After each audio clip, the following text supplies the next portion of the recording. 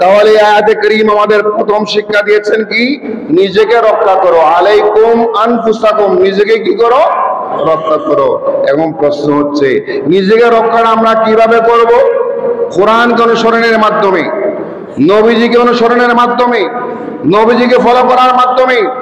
আল্লাহ নবী পৃথিবীর জমিনে আগমন করেছেন, নবীজি যেভাবে আমাদেরকে শিখিয়েছেন সেভাবে আমরা আমল করলে, নবীজি যেভাবে আল্লাহকে ভয় করেছেন সেভাবে আমরা আমল করার চেষ্টা করলে, নবীজি যেভাবে নামাজ পড়েছেন সেভাবে নামাজ পড়ার চেষ্টা করলে, তাহলে আমাদের অন্তরে ভয় জাগ্রত হবে কার? জোরে বলেন কার?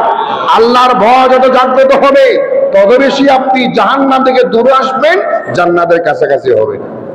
যত বেশি আল্লাহর ভয় আসবে অন্তরে তত বেশি জাহান্নাম থেকে দূরে যাব, জান্নাতের কাছাকাছি আসবো।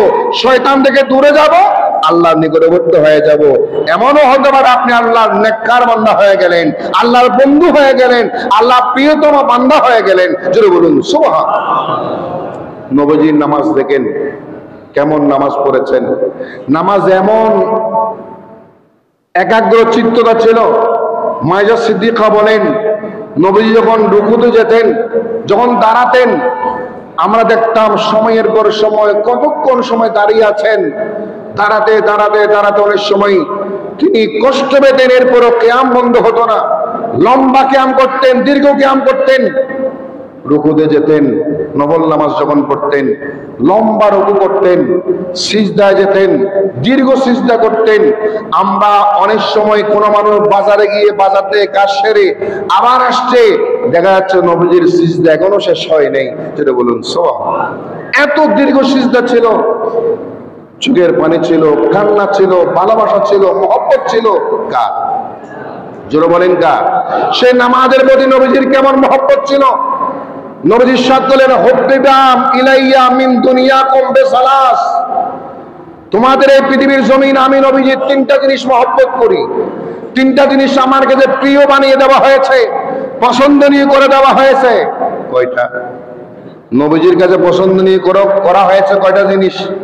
তার মধ্যে এক নম্বর হচ্ছে কুররাতু আইনি ফিস সালাত, নামাজের মধ্যে আমি আমার চক্ষু শীতল হয়, অন্তর ঠান্ডা হয়, ওই নামাজ হচ্ছে আমার সবচেয়ে পছন্দের। জোরে বলুন সুবহানাল্লাহ। চিন্তা করেন, নবীজি প্রথম পছন্দ করেছেন কি? নামাজ।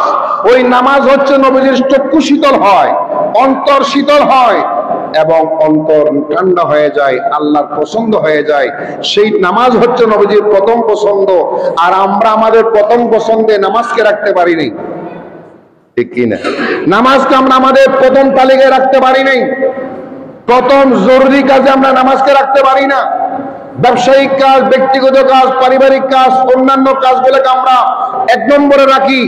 সময় পেলে নামাজ পড়ি পার্ট টাইমের মতো করে। নাউজুবিল্লাহ বলেন, নাউজুবিল্লাহ বলেন। নামাজটা কিন্তু পার্ট টাইম নয়। আমার আপনার চাকরির চেয়েও, দুনিয়াবী জীবন যাপনের চেয়েও নামাজটা হচ্ছে আপনার জন্য এক নম্বরের কাজ। কয় নম্বরের? জোরে বলে কয় নম্বরের? এই যতক্ষণ পর্যন্ত আমরা নামাজকে এক নম্বরের তালিকায় আনতে পারবো না, নামাজকে এক নম্বরের তালিকায় রাখতে পারবো না, ততক্ষণ আমরা নবীজির মতো করে নামাজে অন্তর শীতল হবে, চক্ষু শীতল হবে এমন অনুভবটা আমরা করতে পারবো না। জোরে বলুন সুবহানাল্লাহ।